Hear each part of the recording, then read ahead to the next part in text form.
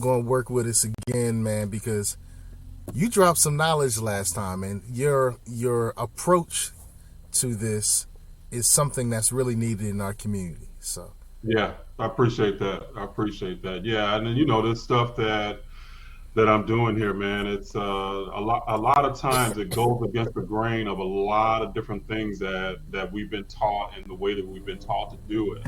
So I will say, even the conversation that we have tonight, if people are more tuned into the common narratives of how we have to do these things, then I'm probably going to end up pissing some people off.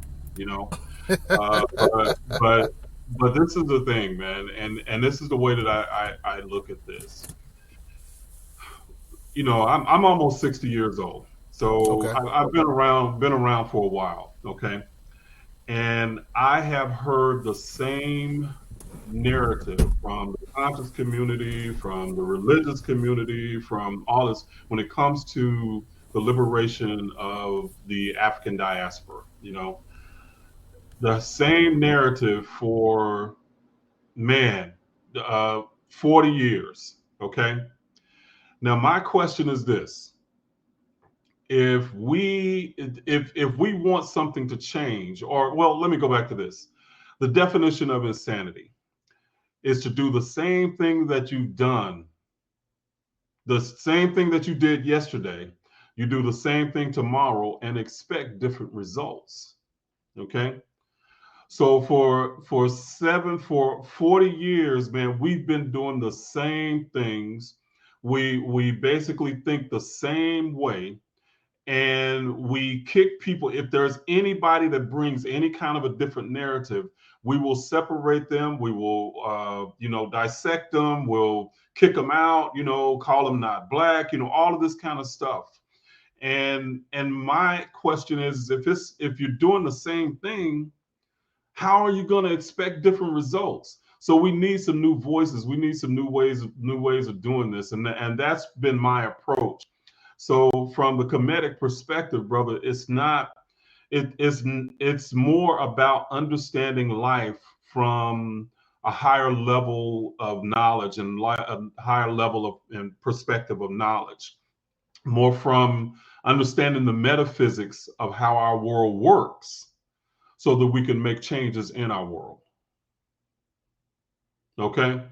So it's whoa, not. Reggie, you going deep already, bro. Yo, Code Keepers, as you see, he is ready for the business. So we have the good brother Reginald from Khemetic Centered Living back on the Get On Code show. Tonight we're dealing with the concept that praying and knowledge is not enough to end white supremacy. It's not enough. And as he said, we've been doing the same thing for generations. He has a new plan. He actually refers back to something we created in All right, welcome to Get On Code, the Fly Guy Show, which is a series of melanated conversations focused on empowerment, health, wealth, knowledge of self. People think in binary choices because they are conditioned to. And on the wall was a picture of a wolf and a lion. I think the wolf was the Democratic Party, the lion was the Republicans. But the drug trade and all these illegal stuff that people do, that's still economics. It's just that they couldn't do it in a traditional system. We're talking about melanated wealth. So we can build wealth, but we just, for some reason, don't seem to be able to transfer it. You had a great experience. Fine. That means nothing.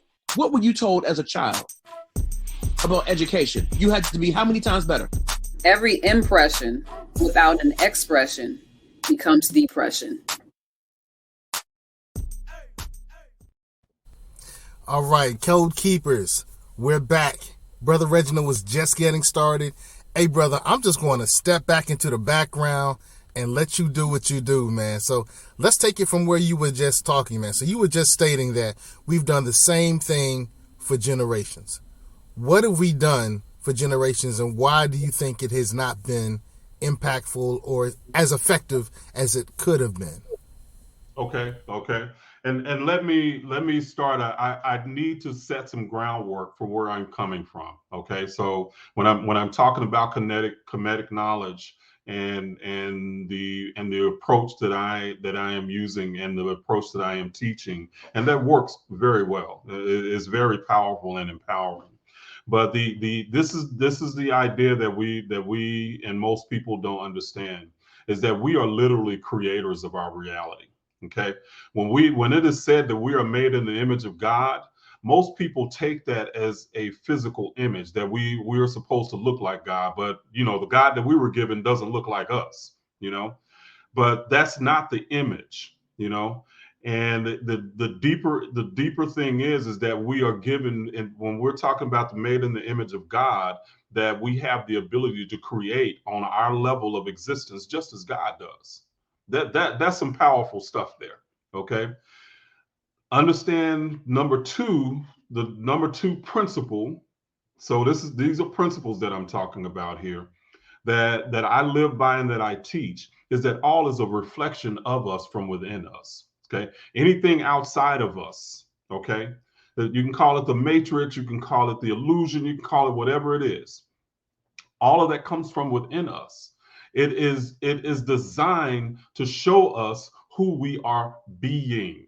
Okay, so we think of, and we've heard our ancestors say that, and in many different traditions, we've heard it said that life is an illusion, that the reality that we have is an illusion. And most people, that is very difficult to grasp, because it's like, when you're saying it's not an illusion, what you mean, man? I can touch it, I can feel it, I can feel the heat of the sun on my face, I can, all of this stuff is, what are you talking about? It's an illusion. This is real. Okay. And this is what I want to say. I want to redefine that idea and redefine it from the way our African ancestors looked at it. Okay. Life is an illusion, but the illusion is that we have no power over it. Okay? I'll say that again. The illusion is that we have no power over our reality. Okay? Because we literally construct it, and we construct it from our belief systems. Okay? The other thing that we have to understand, and this is the third principle that's relevant to this conversation that we're having tonight, is that you cannot unite around negative or negative energy. Okay? You cannot unite around negative energy. Okay? And that's what I was talking about, understanding the net or set in this what somebody might call the Egyptian pantheon, but it's not a god. I hope I really have to talk to the audience and let them understand that these principles, these what they call gods, are actually aspects and aspects of nature. Okay, they are functions of nature. And when we think of these what they call gods, we have to think more in terms of how these ideas function, and not their personas, personalities, and the things that are happening in the story. Because when you get to these stories and these myths and mythologies, that's what they're explaining to us on a deeper level. Most people get stuck in the story and the mythology and think that that's the message, but it's not. Okay, we got to go underneath that, and we got to understand it from an esoteric perspective. So I want to recap here and say, one, we create our reality. We are some powerful mofos. Okay, plain and simple. But we don't know it. We've been taught something different. And as a Christian, I was taught that I needed to wait on Jesus, or I was nothing without Jesus, all that kind of stuff. But we're powerful. Okay. Number two is that all that is within us is a reflection. All that is outside of us is a reflection from within us. And three, we cannot unite around negative energy. By universal law, it'll never happen.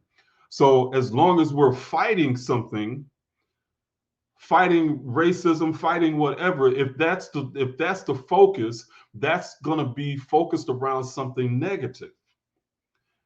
And until we can find a positive a positive goal to really move towards as a whole, we cannot unite. It will not happen. That's by universal law. Okay. So that's what that's the avenue, and that's where I'm coming from about what the Seiko Z. It's just we've been talking the same stuff, and I've heard it since I was young. The same stuff now. We've been talking it for 40, 50 years, and we have had no movement within our communities. And understand, when I'm saying movement within our communities, I'm not talking about the ability to go sit next to somebody and sit next to nice white people in a counter. Now, I'm not racist. I just speak it like it is, okay? Because we've measured our progress by the ability to go and sit in white restaurants rather than building our own. You know, now don't get me wrong. I know that there's a few here and there, but in Black communities anywhere around the world, our communities are not economically self-sustainable. Are there exceptions? Yes, but as a rule, they're not economically self-sustaining. That is a problem. And until we address that, we will not move the needle to any type of liberation. And there's a lot of other stuff that I could get into, man, around that. But it comes down to we got to look at this a little bit differently, in a different way. And that's what I wanted to address here tonight. Oh, and I'm loving this. The Code Keepers tonight. Prayer and knowledge is not enough to end white supremacy. What we've been doing in the past, based on what Reginald's saying, is not enough to end white supremacy. So I want to dive in a little deeper. I want folks to get upset with you, man. I want people to get mad with you, Reggie. I'm used to it, brother. I shake everybody's cage, so I'm good with it. All right. So what are some of the beliefs, some of the approaches? Are you talking about the civil rights movement?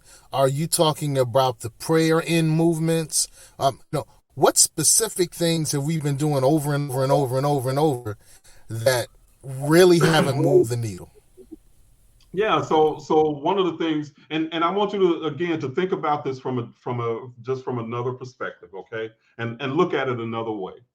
During segregation, and I'm not condoning going back to that or whatever, but during segregation, we were as a people more economically viable than we are now.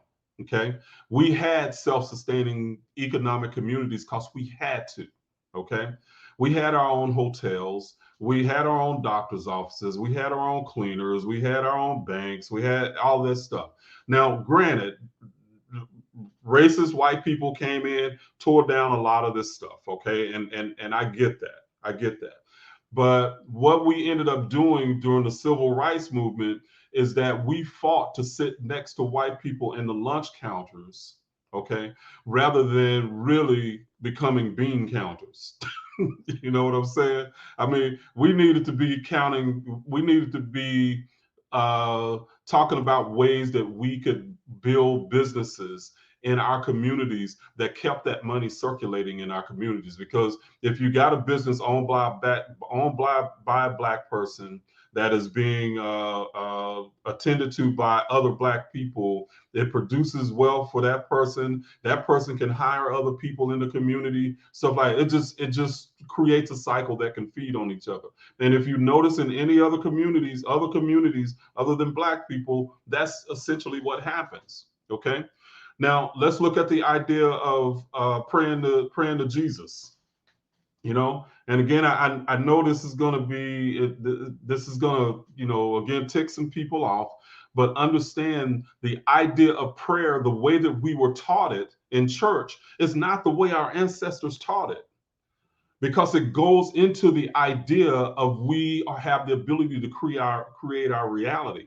We've been praying to Jesus to come and save people, to come and save us, or at the very least, just change the heart of these racist white people is what we're doing, okay, or have been talking about doing. And we get mad because white people are not changing their hearts, because ultimately, deep down, what we truly believe when we get angry, it is that if a white person's attitude doesn't change, my life won't change. Life is still going to be the same unless they can change their attitude and let us in or let us have something. My life won't change. Now, to me, it is absolutely crazy to think that I have all these things working in my favor. I got all the privilege. I got all the economic might. I got all of this stuff working in my favor, and I want to give that up. That's what we're expecting from people who have everything working in their favor. So to me, it's more about us figuring out what we need to do in our communities to circle the wagon, so to speak, create an economic foundation in other ways, and we got to be creative about doing it, you know. But the bottom line is we got to understand that once we put our minds to it, it can happen. But as long as we feel like we're helpless and we need to wait on Jesus, or we need to keep spreading knowledge, because I know plenty of people that got plenty of knowledge, okay, about a lot of different things, real estate investors, cryptocurrency investing, all of this, but they never move to do anything, because deep down they don't even believe it's possible. They don't believe that they can get it done. We got to address that. So for me, going to the Khemetic paradigm addresses all of these things and helping us to really build ourselves from within before we can build anything outside of ourselves. So, brother, I'm taking all of this in. Did we focus more on getting along with others than we focused on our empowerment? Absolutely. And there's a segment of people that believe really when King got assassinated, he realized the mistake he made and he started to focus on the economic stuff. And then that's when he was taken out, you know, right, because right. he started talking about an economic agenda and stuff like that. So basically, we did start focusing on really being liked. Is what I would say is that we started focusing. We wanted others to say, "Hey, black people, y'all okay? Come on in and sit down with us, man. Let me break some bread with you. You know, eat a little bit of the soup, and let's just talk about some things." You know, once we started to focusing on going to the lunch counters and sitting in with them, guess what happened to all the restaurants in our communities? Went down. Yeah. Okay? It was as if white people's ice was colder than the ice in our own communities. You know? And again, I want to understand. I'm not meaning to be racist. That's not what my intention is. I just want to call a spade a spade. Is as a people, we got so caught up in trying to integrate that we did not consider the ramifications of not building an economic base. Because even today, we are ignored by two parties in the United States, the Democrats and the Republicans, which is the only two major viable parties that really get elected, you know? The Democrats only come to us right around the time they need something. And then they know we're going to vote for them 80 to 90% of the time. Black people are going to vote Democratic. Okay? So that means that they don't have to do anything because they know that they're going to get our vote anyway. Right. Republicans know we don't care about Republicans. They know that Republicans, especially today, do not have our best interests at heart. So they don't need to do anything for us. So it's like we're sitting here and we don't have the economic might to move the needle. Well, I won't say we don't have the economic might. Yeah. We have, but there's just so many of these things, man. It's just over the years, and I've seen it over the last 40, 50 years, man. It's been the same thing over and over and over. And nothing gets changed. So, but you have the change. What's that now? you have the change, right? So this is my idea for the people who really, really want to do something and go a different way. Absolutely, positively, because I'm going back to what our ancestors taught before it became Christianity. Because understand, Christianity is from the roots of it is from the Khemetic system, but it was changed and twisted. But again, going back to the my principle number one is that we are literally creators of our reality, and I can say this with 100% certainty in my life. The things that I've been able to do, the things that people that I have taught these principles to have been able to do, we literally create it, and we can change it when we have a focused, positive goal that we want to accomplish. Okay. As long as we're fighting something, we cannot unite, and we don't need every Black person to get on board. We just need enough, because positive energy is always more powerful than negative energy, because it is unifying and it can grow exponentially. Okay. So just by law, positive energy is going to be a lot more powerful than negative energy all the time. That's by law.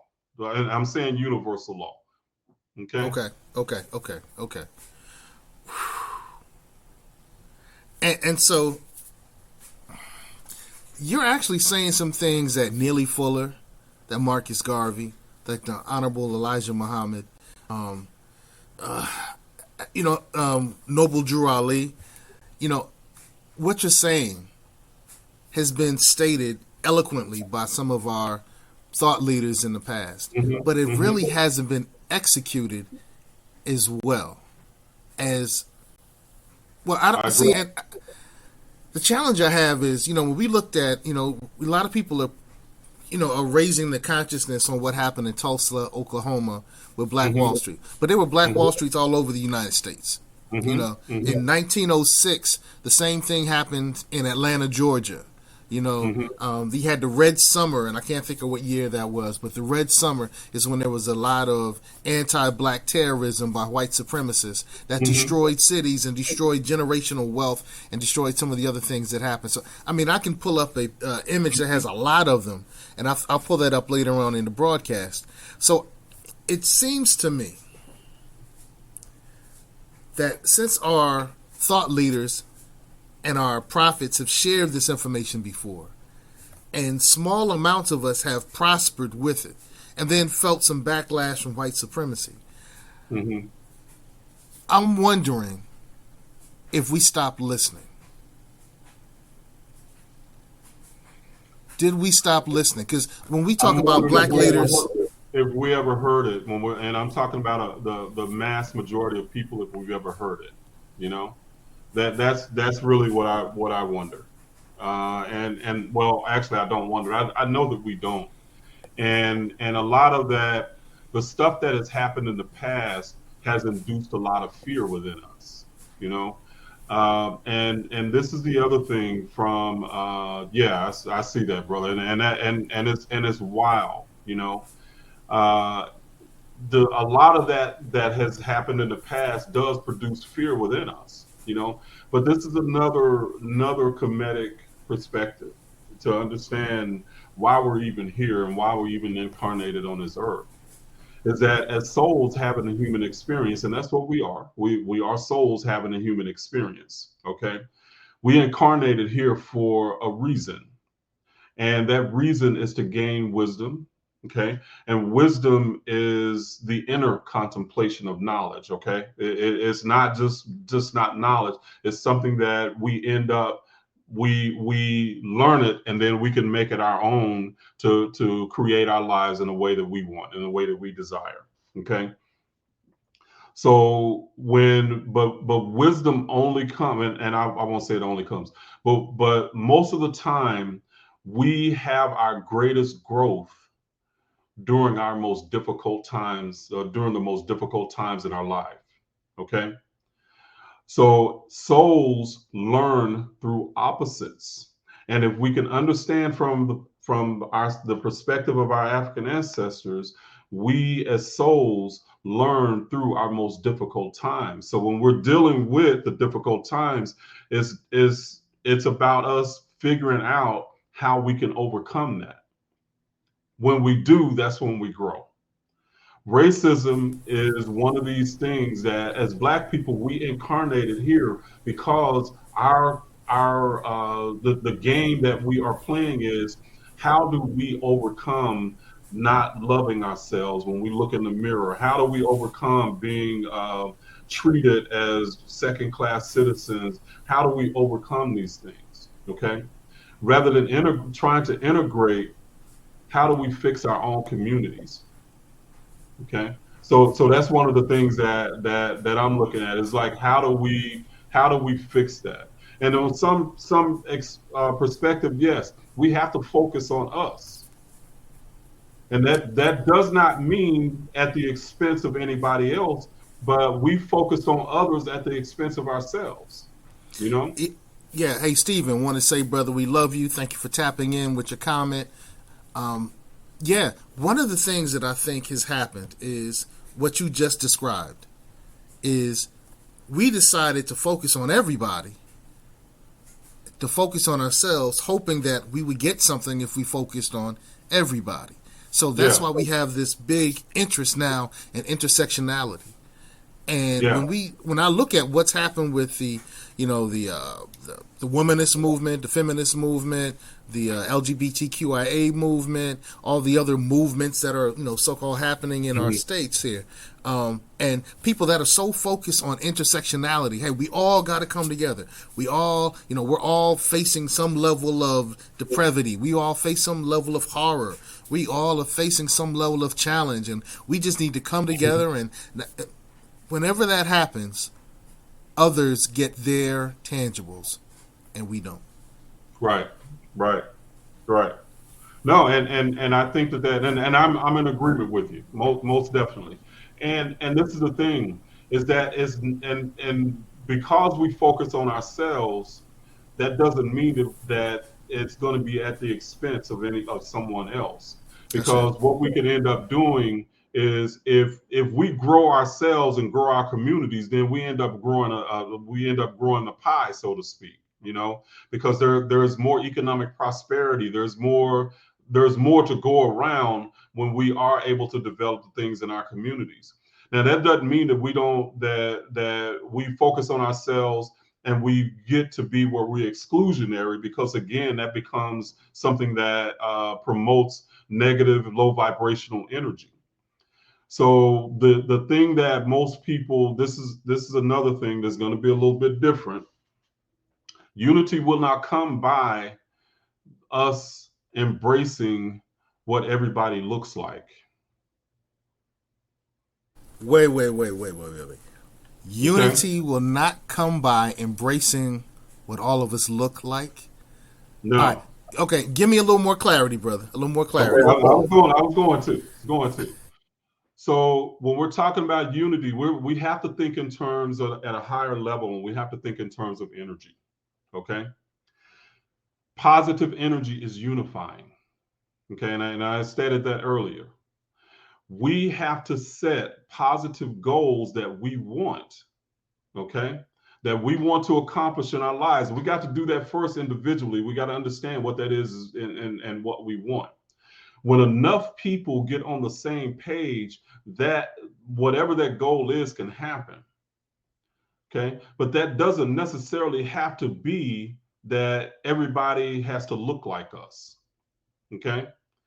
So it seems contradictory, but when you understand it from the idea of positive, or from an energetic idea, it is the vibration that we unify with, and not necessarily the race.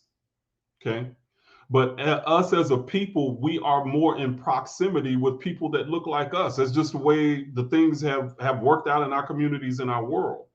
But once we can unify on what we want to accomplish, then we're going to meet other races and other people who are trying to accomplish the same thing. And then you can unify under that idea and that umbrella. It comes from a selfish perspective. Understand that. It comes from you selfishly wanting to make your life better, make your community better. But then as you unify around the positive stuff, then you're going to unify around, you're going to have other pockets of people, whether it be LGBTQ or uh, other whites that might be allies, other countries that might be, whatever it might be.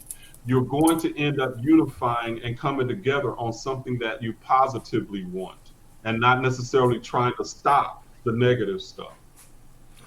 Okay, now I get it. It's kind of like if I go to the gym to work on my physical fitness.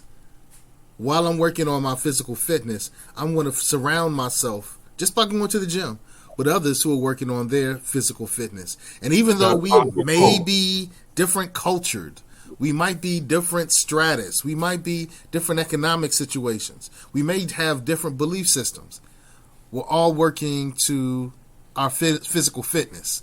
And I say that with my gym shirt on. All right. Hey, may the fitness be with you. All right. Right, there you go. But no, that's a great analogy. That's a great analogy.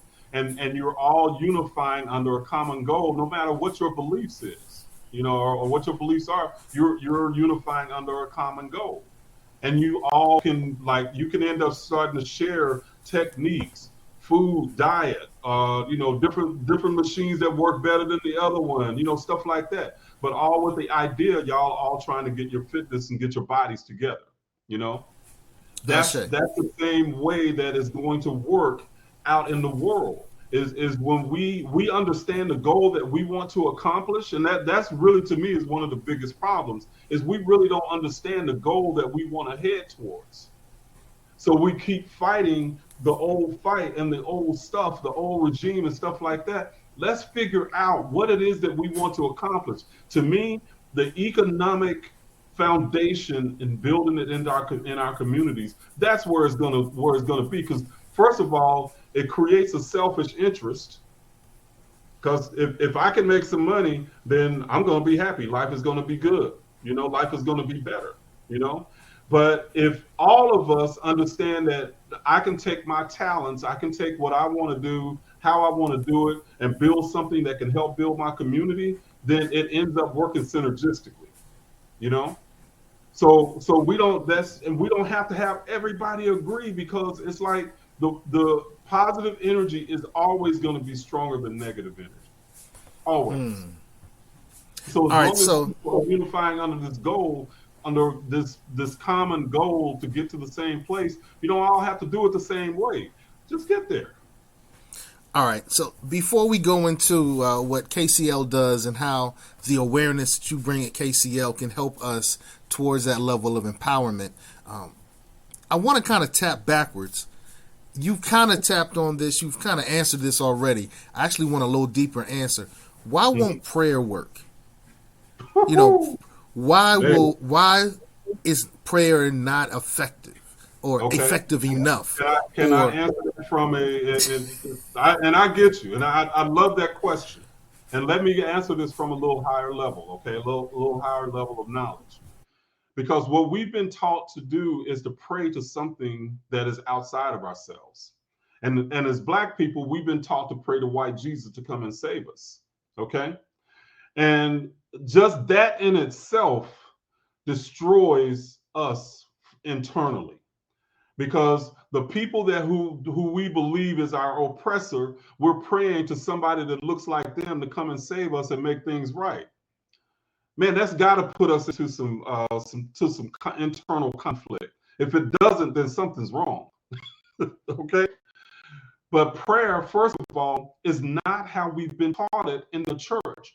And this is coming again from understanding that we create our reality, that this is the perspective that I'm teaching from, okay? The organizing principle of anything in the universe is sound or vibration.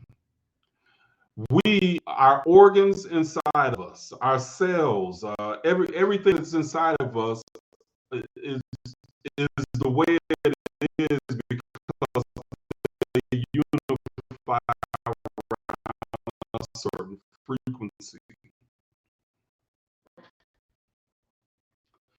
When you want to accomplish something in your life,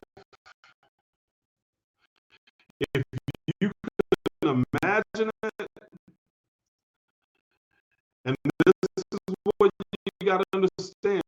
When, when you are God and Goddess in training, and this is what I'm teaching people, is understand you are a God and Goddess in training.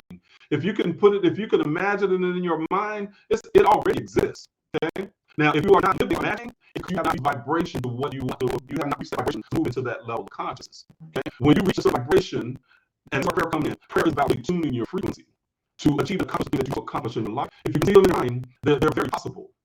But you can't tune your frequency to that, you can't get to that reality. You are literally praying 24/7, 365 based on your vibration and how you are being. This is where prayer is different from the Khemetic perspective. We've been taught that it's the ritual and the words that we say, but it is essentially who we're being. What are we focused on? What do we want to accomplish? And when you can sell out to your positive goal that you want to get done, and you can believe it beyond everything else that you can make it happen, that is what, when you're doing that, that's the type of prayer that is going to work. It's not praying to Jesus and hoping Jesus come and swoop down and change people's minds. Is you accessing the universal laws from a higher perspective and a higher level of knowledge. That's what I'm talking about here. So, are we praying incorrectly? You could say that. If Okay. we don't even understand what prayer is, okay? We don't understand what the mechanism is that helps us to build and create our reality. We don't understand that mechanism. Okay. And until we can understand that mechanism, then we're at the mercy of anybody and everybody that's going any direction they want to do or go in. Okay. So it is imperative that we understand from a higher level, from these universal laws that our ancestors have been laid down for us. Understand those and start to use them and tap into this knowledge. That's where I'm moving differently than what we've done before. Okay. Okay. So it's not just about gaining knowledge, it's about application of knowledge. And I think we've put a lot of focus on knowledge. Oh, we have. Yeah. Brother, I'm telling you, I'm almost 60 years old, and I've heard the same stuff since I was a kid. Spread knowledge, spread knowledge, spread knowledge. There's a whole lot of knowledge. There's knowledge available on the internet that I didn't have available as a kid. I'm older than the internet. So there's knowledge that I didn't have access to. We have access to plenty of knowledge. But why, if that be the case, why aren't things changing? And if we want to blame the outside of us for the reason that it's not changing, then we're missing the boat. Okay. Well, you dealt with the prayer, you dealt with the knowledge. So, give us the blue pill or the red pill or the sugar pill or the real pill. I can't remember, the Matrix, which pill it was. I can't remember. I call it the purple pill. The red pill means stop. I don't know. and that's another way we've been conditioned. I think that was funny. In one of the albums by Black Star, Mos Def and Talib Kweli, they had a little snippet where a guy was talking about how conditioned people were, and he said, it was 4 of us in a car, and we're driving at midnight, talking about how conditioned our people were, and we stopped at a red light, and there was nobody else on the road. So we're just so conditioned. That I think that's intriguing. So, let's take the pill now, man. Where do you take us from this point? And then we're going to open it up to questions. We have a couple of people who have some comments. We'll go through some of his comments. Okay, we have Brother James J, who's going to tap in, and he's going to pop in on the platform and ask a couple of questions because you've been dropping it today. But give us a pill, man. Where do we go from here? So the deal is we got to understand our power, man, and we got to understand what and that's really that Matrix was a documentary, man. So I mean, it really has dropped some good information, but until we can understand ourselves from the God and goddess level and perspective that we are, because we're made in the image of the Creator. We're made in the image of God. And that means that we are the same stuff as God. We just not the same magnitude. You know, we're not the universal creator, but on this level we can. And until we can grasp the idea about that knowledge, we're at the mercy of everybody else. So my thing is to spread this knowledge as far and wide as it can. And it's stuff that I've had to learn, and this is where Sekou, this is where I came from, and I learned this stuff, man, is just through my own life experience, because you know I lost everything I had 2 times, okay, and a lot of it was I was trying to develop what I do now, but I had, in order for me to really come out of what I did, I had to learn and use this knowledge that I teach.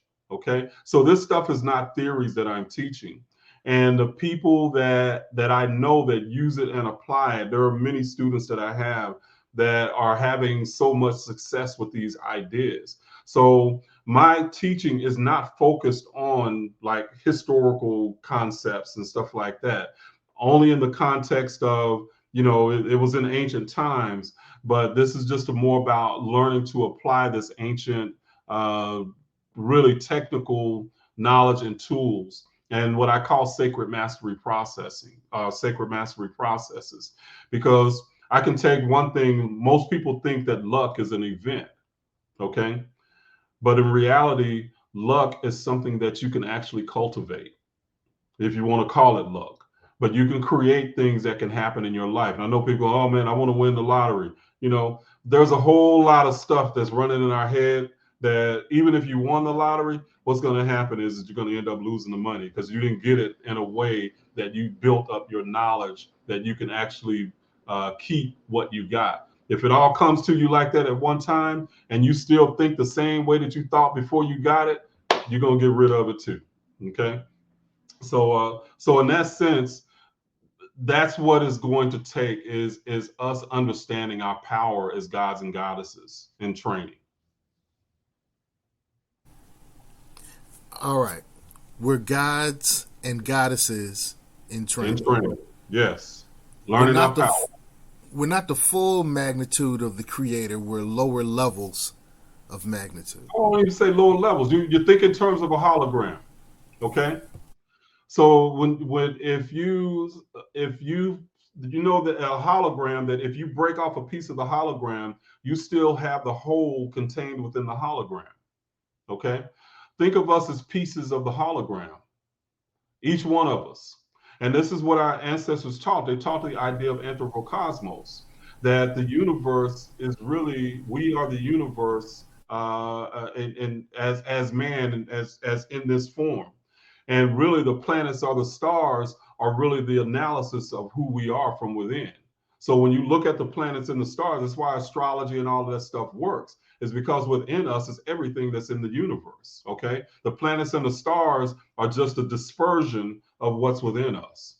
And by analyzing those, we can analyze us, okay? So that's one way to look at that. All right.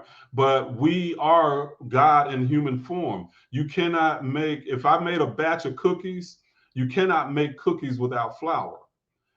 Every cookie that you make is made from flour. Everything that is in the universe is made from the stuff of God. God is just not a human being. And we think in those terms a lot of times. It's very limiting. All right, so taking in consideration the situation that just happened in Buffalo, I want to kind of bring this practical. In a practical sense. You ready for me to piss somebody off now, huh?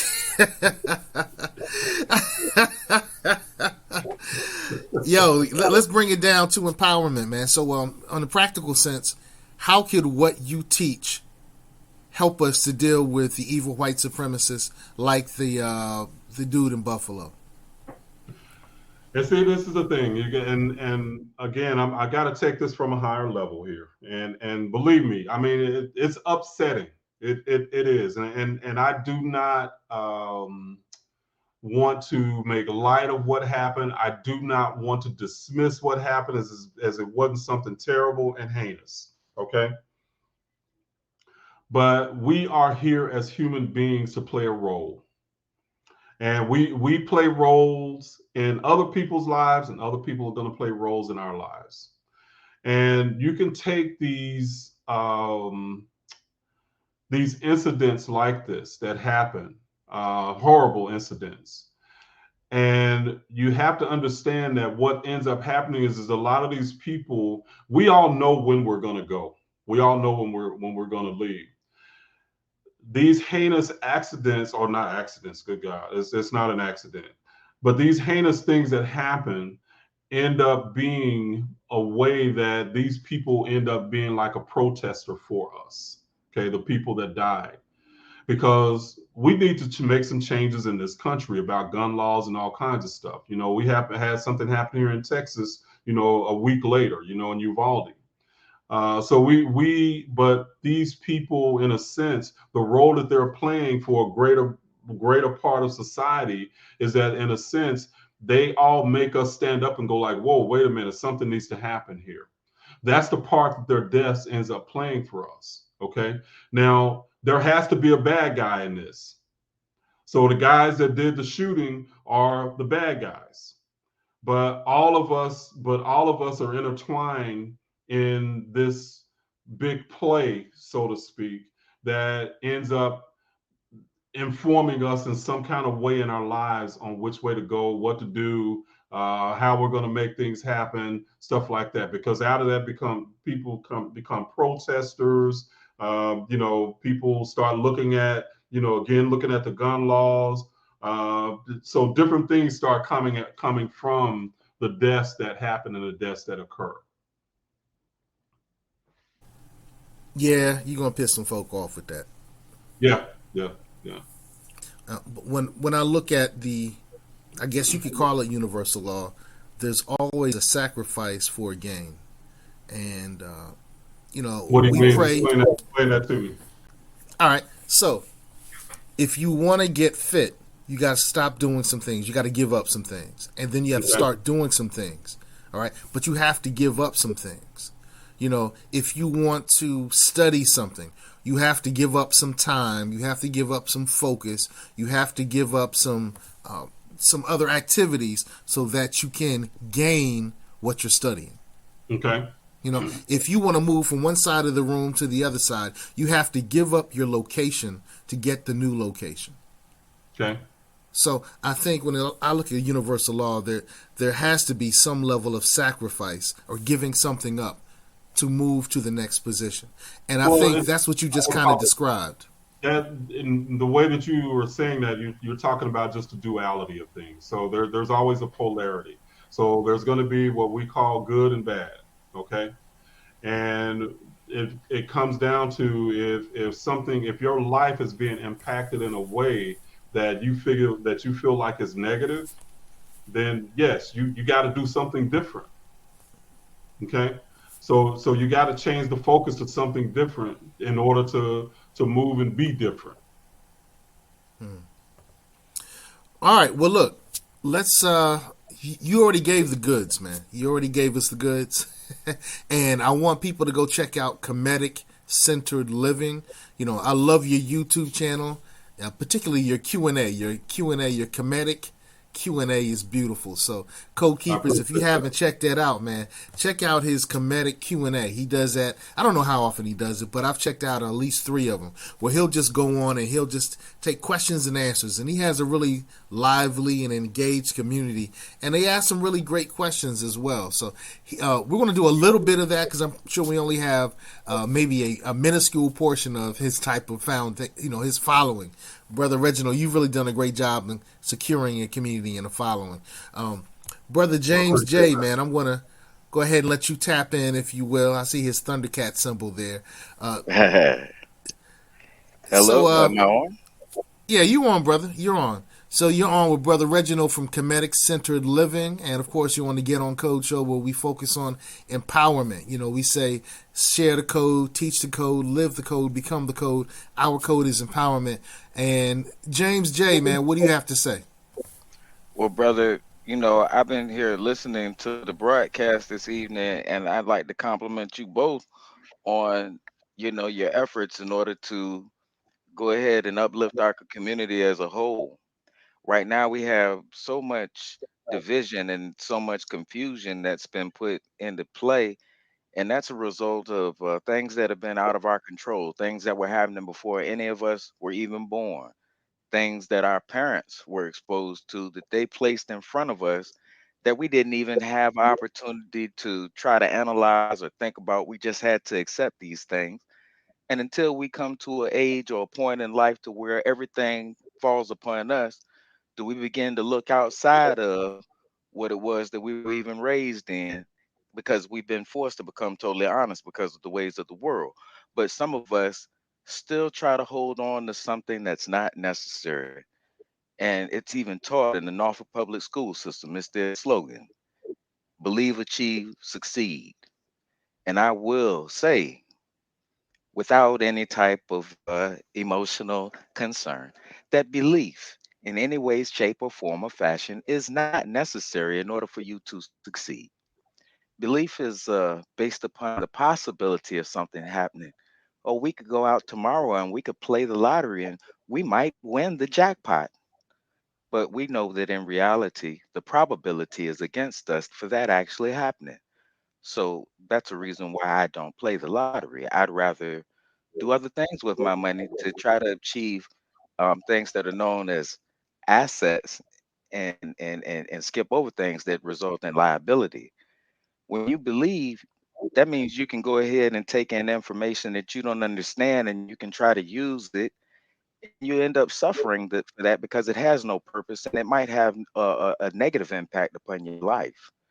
If you're going out to the church and you don't really even think about what you're doing, you might, just like some fools that play the lottery, foolishly take your money and put it into the offering with belief, with hopes of things changing. That's not true. The thing that we have to do is think for ourselves and analyze every aspect of our life from the beginning to the point that we are right now. Like Brian McKnight said, start back at one. Reevaluate yourself honestly. Yeah. Go ahead and admit Okay. where your flaws were, even though our parents were not perfect. We go ahead and acknowledge, because it's the weight is upon us now in order to be honest with ourselves about what it is that's really going on. And brother James J, man, I want to stop you for just a second. Reginald, man, does this coincide with what you teach at Khemetic Centered Living? And James J, hold the line. Don't leave us. Don't leave us right now. And I want to say, other code keepers, if you click on the links, there's a link where it has a StreamYard code. If you click on that link, if you'd like to pop on and ask a question or leave a quick comment, we'll allow you to do that very quickly. But brother Reginald, what James J has said, does that resonate at all with what you teach at Khemetic Centered Living? Well, and brother spoke. He spoke very eloquently and about his beliefs on these ideas. And for me, it's going to start with changing our beliefs. Okay, it has to be. And again, I'm looking at this more from a science perspective and understanding how beliefs play a part in our reality, because that becomes it. I don't know if you guys have ever heard of the double slit experiment. You ever heard of the double slit experiment? Do tell. Oh, Okay. me, I agree. All right. Well, What's that? go into it for the uninitiated. What is a double slit So, experience? so it I was mean, an that, it was a science experiment that was done probably in the 19 around the turn of the century, 1800s, 19 late 1800s to 1900s. And this experiment basically showed that what they did was that they took a photon, light photons, and they showed that the expectations of the experiment actually impacted the experiment. In other words, whatever they believed was going to happen ended up happening. Hmm. So the idea was is that our reality is formed from basically uh, um, an infinite number of possibilities that ends up collapsing into a wave, or collapsing from a wave. And the infinite possibilities are, there's so many that they appear to be a wave. You know, you can't separate them, so it just looks like one continuous wave. But there is something that ends up collapsing that wave into a reality. Okay. And what they found is that it was what the person believed was going to happen collapsed the wave and into a particular reality. So in other words, it's the idea that what we focus on is what we're going to get from life. And a lot of times what we do is we end up focusing on the negative aspect, what we don't have, what we're missing, what people are not doing, and stuff like that. And when we stay focused on those things, then those are the things that are going to be our reality, because that's what we believe that it is. That we have more focus and belief in the negative things than we do the possibility of something positive. So that's one of the things that I'm teaching at KCL, is that we have to begin to know positively where we want to focus and where we want to go.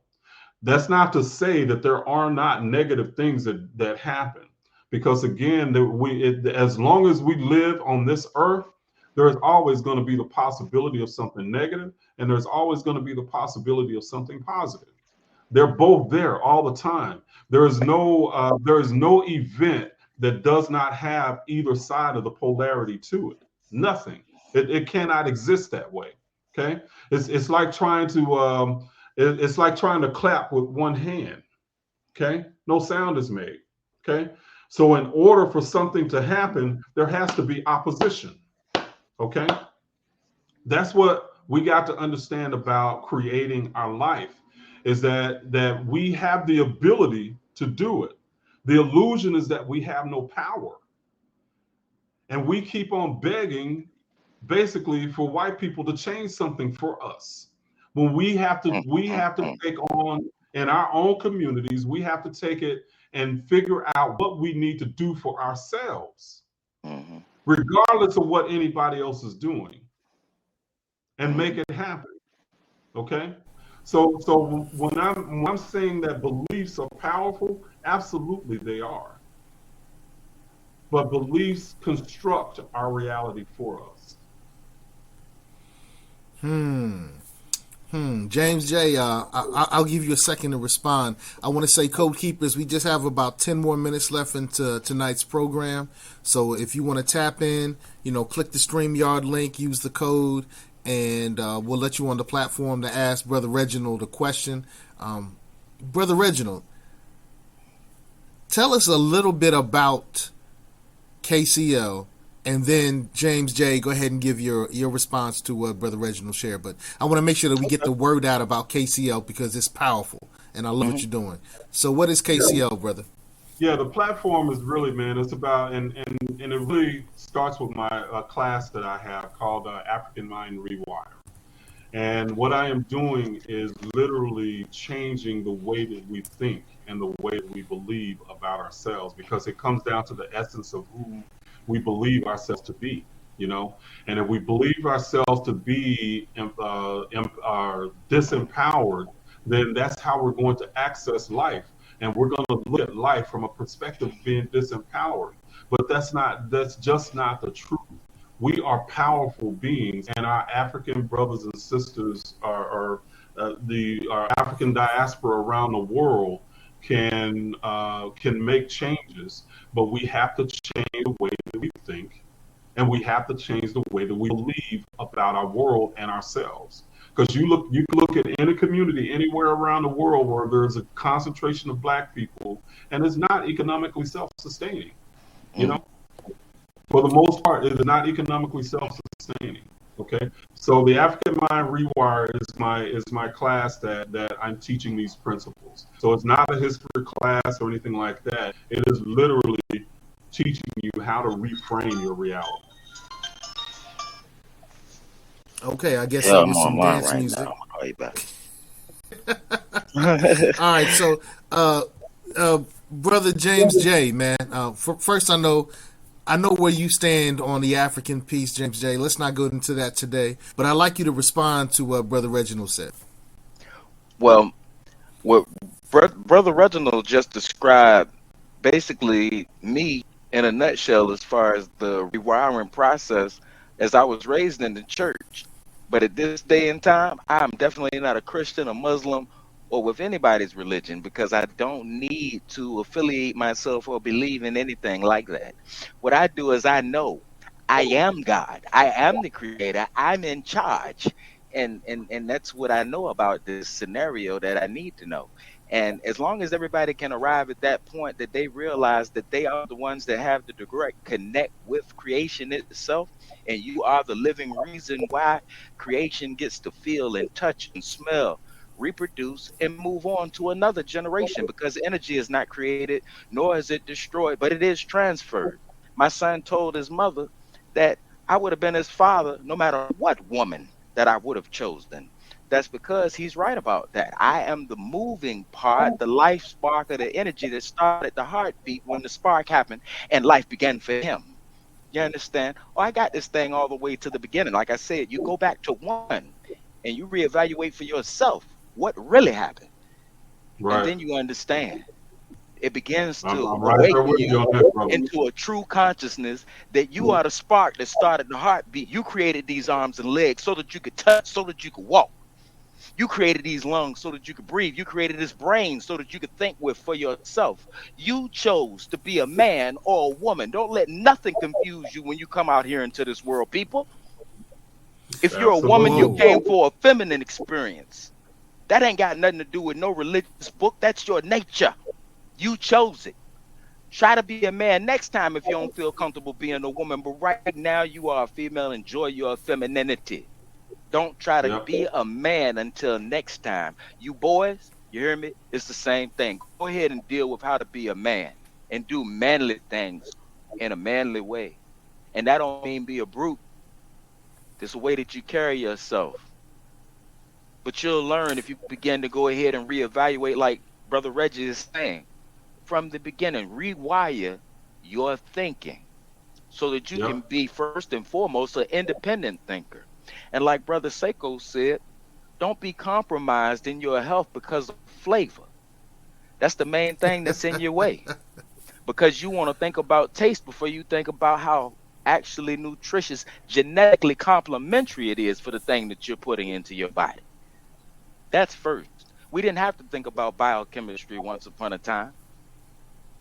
But since they've come with artificial foods and all of the preservatives and these hybrids and these things that are grown and put in the store without seeds, grown in warehouses and buckets of water, we don't think about that. We just think it's convenient. All you got to do is give them this little bill and you get what you need without the police following you. Hey, it's no problem. But it would be a problem because the police ain't even there for the right reasons. That store isn't either. But that's a whole Right. nother Shay. level. That is another degree, man. That's We'll another talk about degree. that on another broadcast. Hey, James J, it looks like we're going to have you on as a guest on the show, good brother. I do love what KCL brings. Khemetic spirituality teaches you universal laws. And, I don't think that's something that has really become part of the nomenclature. Most people are just not aware of what some of the universal laws are. So as we bring this session to a close, hey, James J, thank you, good Yes, brother. sir. Hey, the Hey, dark I goddess, she appreciate you popped in. guys. The dark goddess popped in. Steven, hey, thank you, good brothers. Thank you, good brother. But tell us quickly, very quickly about these universal laws as we bring this to a close, Reginald. Yeah. So again, and I touched on a couple of them, but one is that we create our reality. And two is that what we put out is what we get back. Okay. And these laws, if you've ever heard of anything like the secret or the law of attraction, every single bit of that is African. All of it. Okay. So, but what I do is there are certain parts that a lot of these teachings don't have that I'm bringing back and really putting into place. But you put out, you are creator of your reality, and what you put out is what you get back. But if you understand those two things, you can change your life in a quick, fast, and in a hurry. The other thing is the idea of understanding prayer is that prayer is not the ritual, it's not the words you speak, it is your being, it is your frequency, it is the things that you put out into the universe from your mind, because every thought has a vibration. Every thought is a frequency, be it negative or positive, and they attract like kind. So you, from as a god or goddess in training, when you can imagine it in your mind and you have not achieved it yet, that means you got some learning to do. That means that you have some changing to do. That means that your being, that you have to become what that is that you imagine. And there are steps that you have to take to do that. And that's different for everybody. But you have to embark on that journey, and you cannot embark on that journey believing that there is somebody outside of you, be that a white person, be that Jesus, which I guess that's a white person too, huh? The way we've been taught it. And I don't mean to be offensive. I'm kind of a little bit what do you call it? I speak what I speak, you know. But you're powerful. You're powerful, brother. You're a creator. We're all creators, and that we all have the ability to create our lives. The illusion is that we're powerless. The illusion is that we're powerless. When people talk about life as an illusion, the illusion is that you're powerless. Whoa, that's a whole show. That's a whole workshop. Hey, Brother Reginald, thank you for this master class. Prayer Appreciate you and having knowledge. Prayer and knowledge are not enough to end white supremacy. Prayer and knowledge are not enough to end evil supremacy. Prayer and knowledge are not enough to change your life. It's about understanding what prayer is and the application of knowledge. Ashe. All right, so you've been checking out Get On Code. If you want to get more of Brother Reginald's teachings, go to KhemeticCenteredLiving.com. KhemeticCenteredLiving.com. Yo, for real, his YouTube channel is popping. His YouTube channel. Khemetic Centered Living on YouTube as well. Yo, the YouTube channel is popping. I think I'm going to show that very quickly. I'm going to show the YouTube channel. We got to do it. We have to do it. Right quick, Seiko? Oh, absolutely, man. This is your platform right now. One of the things that I do on my YouTube channel is that I basically help people to break down really negative Christian programming. But this is what Khemetic spirituality does for people, is that one is going to break down all this negative programming that we've got as Christians, meaning that, you know, I'm a born sinner. I'm worthless not worthless, but in the eyes of God, I'm but a filthy rag. You know, all these negative things. Khemetic spirituality is going to teach you what this knowledge meant in the beginning. Okay, where it came from, because Christianity twisted it and gave it back to the world and gave it back to us as something that is almost unidentifiable. Okay, but so on my channel, what you're going to see is I'm going to break that knowledge down. I'm going to use the Bible. I use the esoteric teachings, and I teach these ideas from the ancient Khemetic perspective to give you the idea of what they really were before they became religion. Like you see one that says, how is Jesus, Lucifer, and Horus and Lucifer connected? Dude. Right there. That one was eye-opening. If you understand the Khemetic laws, you'd understand that Lucifer has nothing to do with Satan worship. Never did. Well, not until later. But Jesus, Lucifer, and Horus are all three the same thing when you understand the Khemetic foundation of it.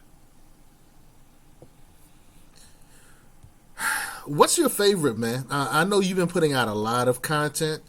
Salute to you for 60,000 subscribers. As you see, I'm one of them. I appreciate you, brother. Hey, I love what you're doing. How is the cross and Egyptian pyramid connected? I like that one as well. That was intriguing. Symbolic language, again, all of this stuff is connected, and people, unless you understand the esoteric connection, it totally flies over you. But we've been taught an idea about the cross that has nothing to do with what it really is. And understand, I'll say this, and I'll leave you with this. You are the cross. We human beings are the cross. Right. And I know it's like, huh, what? But when you get into the knowledge, you understand, brother, and it becomes a lot more powerful and empowering when you get it. Yeah. Hey, you are the shrine of God. Where's the other one? Easter is about you. You are your cross. These are concepts. Oh, Easter Decoded. This is the one. This is the one where we sat down and first talked to you, brother. Yeah. Yo. Yeah, you really dropped it on that one, and I just want to thank you for everything that you're doing. Code Keepers, check out his stuff. You'll see the replay of this particular one on Crumb TV as well, so check out Crumb TV, our second channel. Crumb is doing some great things, thousands of views on his channel. Reginald, you're changing thousands of lives. Thank you, good brother. Thank you, you, good brother. James J, thanks.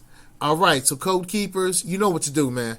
Go to Khemetic Centered Living. Now, here's the thing I want to warn the Code Keepers on. You get a lot of content on YouTube for free.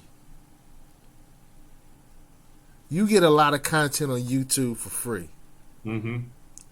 But freeing your dome, like, the 5%ers, the God bodies. My fellow God bodies, we talked about a free dome. Free dome or freedom isn't free. So there's some stuff you got to pay for. And here's the thing. That's that sacrifice that you have to put in to go to those higher levels. And it's worth it. It's an investment. So make the investment.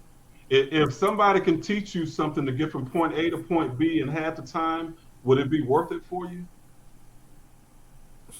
Okay, the salesman just popped out. Huh? The salesman just popped out.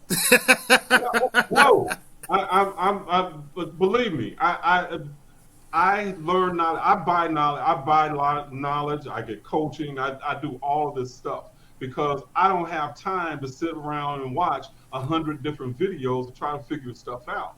So if somebody has figured it out, I'm going to go to them so they can give it to me quicker. That to me is just, for me, it's common sense. I'm going to go and learn from somebody that has already figured it out so they can tell me how to get to the point from point A to point B quicker. That's what it's about. That's what investing is doing that for you. Ashe. Like Steven said, true, in my Biggie Smalls voice. That's one of the things that have been holding back our community. I really want to say in the last 50 years. It may have happened before that. I'm saying 50 years because I've grown up seeing it. Well, we expect to hook up. Yep. We expect things to be free. We expect things to be easy. Yep. We expect things to be totally understood before we take the first step. Yep. And that's that's counterintuitive to empowerment. It really is. It really is. And the thing is that when we expect a hookup, what we're really saying is, man, because you look like me, your stuff is not as valuable as somebody that don't. Because if it came from somebody else, we wouldn't expect a hookup. We'll pay the price that we expect to be paid, But when somebody looks like us, and again, it's all of this underlying stuff that we're having to deal with that we have to rewire, Man, hey, spiritual knowledge, man, this stuff should be free. Well, the stuff that you get and you download for yourself absolutely is. But I have an expertise. And if it's valuable enough and you think it's valuable enough, then pay me for my expertise. If you don't buy it. Ashe. Hey, I didn't see this one coming, but this beautiful queen says, shadow work. Will you talk about shadow work? And I really think that people should pay for that. So maybe you can give a real simple discussion on what shadow work is, and then Code Keepers, if you want more, you gotta go. You gotta go. You gotta go to Khemetic Centered Living. But tell us a little bit about shadow work, brother. Yeah, all shadow work is basically it's a euphemism for understanding the stuff that you're not aware of. That might be an issue in your life. It's in the shadows.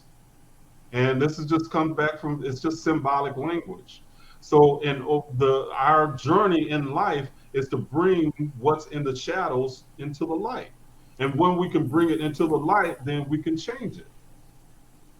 But until you can bring it into the light and it stays in the shadows, it's going to always move your life in ways that you will never understand and never know, may not ever even realize. Code Keepers, as you can see, you got to go check it out.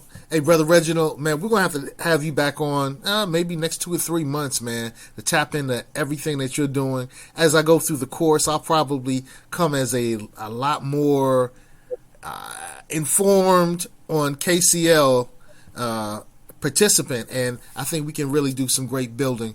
The Get On Code show is totally about empowerment. And, we say get on code, share the code, teach the code, become the code. Our code is empowerment, and you're teaching that too, brother. So we want to thank you. We want to thank your fellow members of KCL and that community. Thank you for tapping in, Dark Goddess. James J. Hey, we love you all. Peace and prosperity. All right. Appreciate you, brother.